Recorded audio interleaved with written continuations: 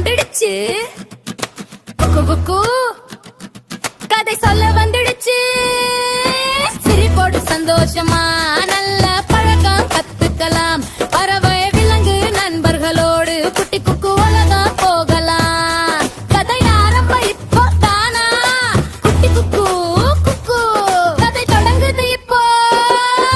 பறவை குக்கு சொல்றத கேளு, நண்பர்களோட கதை பாரு. குட்டி குக்கு குக்கு கதை தொடங்குது இப்போ.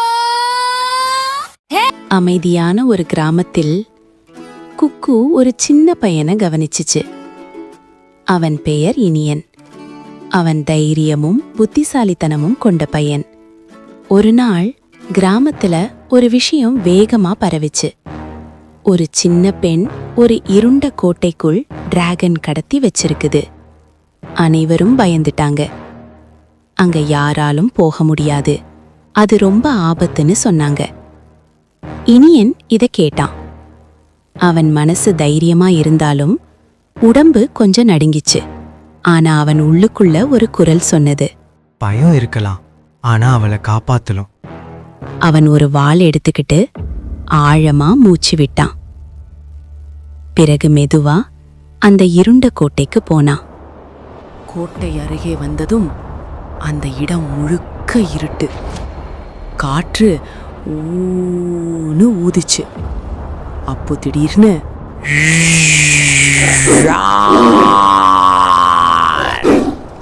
டிராகன் கர்ஜிச்சது. அதோட கண்கள் சிவப்பு, அதோட மூச்சு நெருப்பு போல. இனியன் ஒரு நிமிஷம் நின்னான். அவன் இதயம் தடக் தடக்னு துடிச்சது. ஆனா அவன் ஓடல.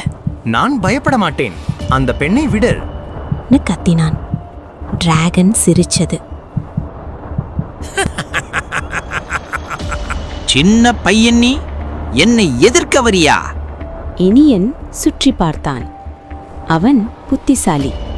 கோட்டை கதவு பெரிய இரும்பு சங்கிலியால கட்டப்பட்டிருந்தது.